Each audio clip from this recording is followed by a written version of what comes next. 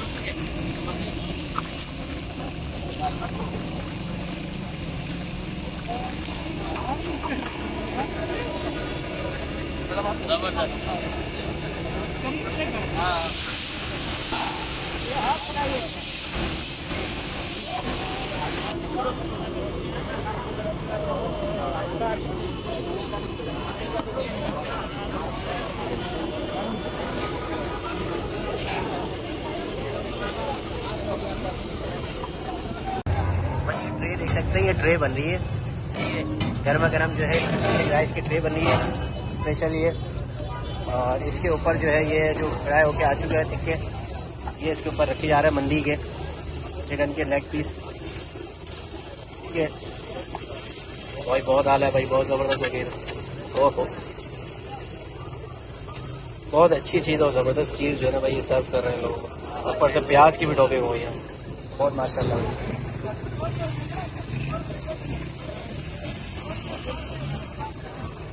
और ये लास्ट में आ गई इसकी चटनी है आ गई, बहुत ज़बरदस्त भाई।